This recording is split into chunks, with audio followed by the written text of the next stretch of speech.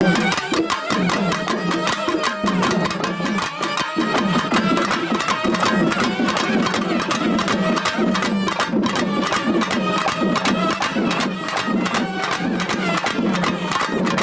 ಧರ್ಮರಾಯ ಸ್ವಾಮಿ ಉತ್ಸವವನ್ನು ತುಂಬ ಅದ್ಭುತವಾಗಿ ನಮ್ಮ ಧರ್ಮರಾಯ ಸ್ವಾಮಿ ದೇವಾಲಯದ ವತಿಯಿಂದ ಮತ್ತು ನಮ್ಮ ಕುಟುಂಬದ ವತಿಯಿಂದ ನಾವು ನಡೆಸ್ಕೊಂಡ್ಬಂದಿದ್ದೀವಿ.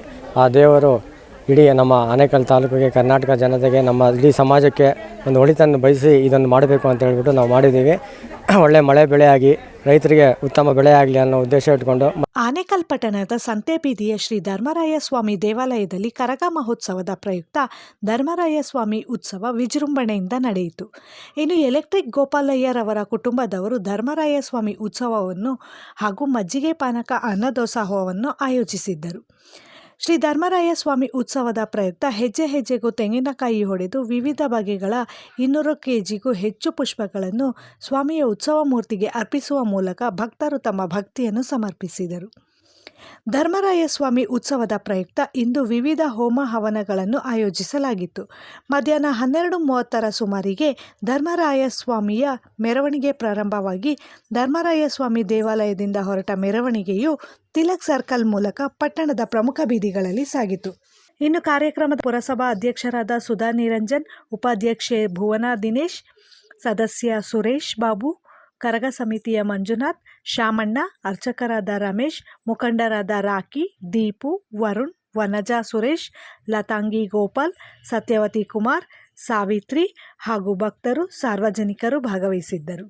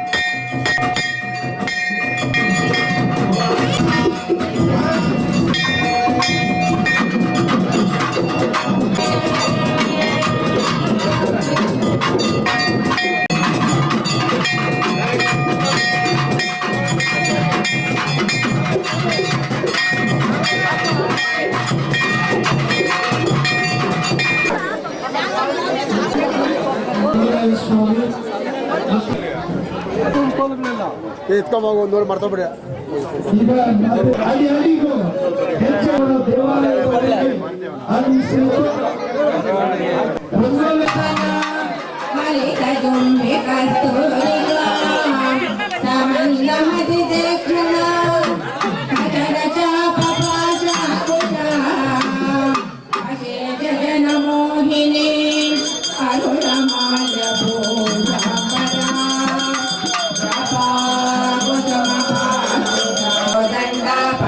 पंचतन्मात्रदायक प्रभापुरा अष्टमे चंद्र विभ्राजादलिकस्तन शोभिता मुखचंद्रकलङ्काभामृगनाभिविशेषक कलनस्मरमाकल्या ग्रहातिरस्कारे नलीभूता तपनो लभूः नवमिद्रुमबिम्बश्चे नक्कर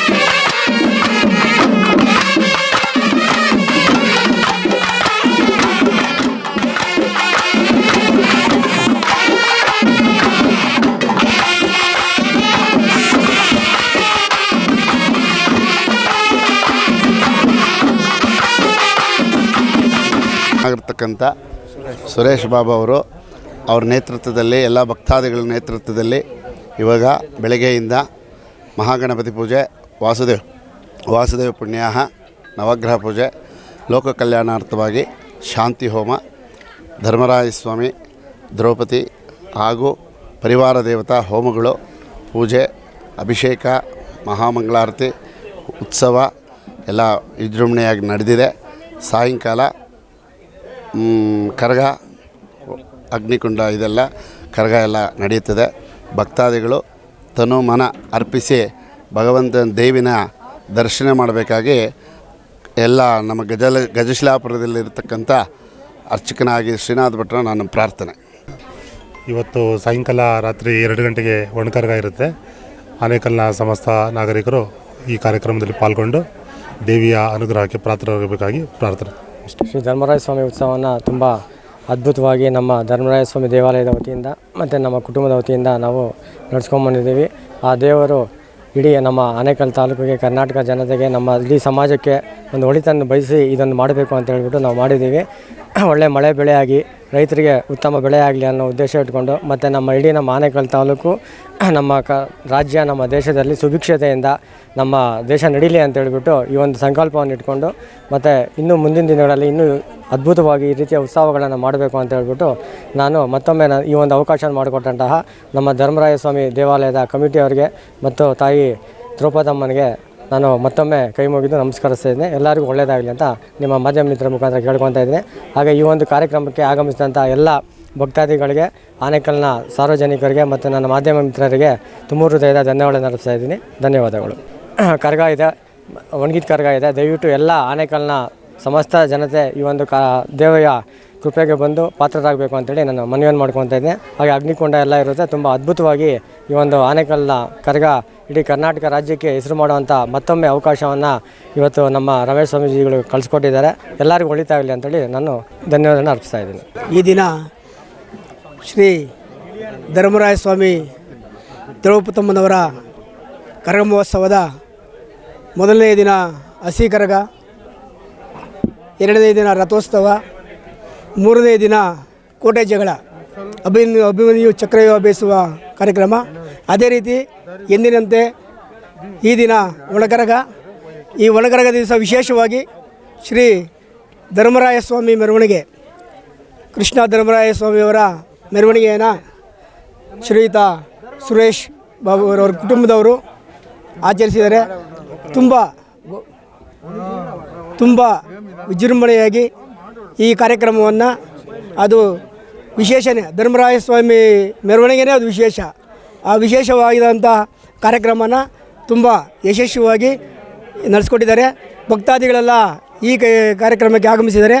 ಎಲ್ರಿಗೂ ಸಹ ದೇವಾಲಯ ಮತ್ತು ಅರ್ಚಕರ ಎಲ್ಲ ಸೇವಾಕರ್ತರ ಪರವಾಗಿ ತುಂಬ ಹೃದಯ ಧನ್ಯವಾದಗಳನ್ನು ಅರ್ಪಿಸ್ತೀವಿ.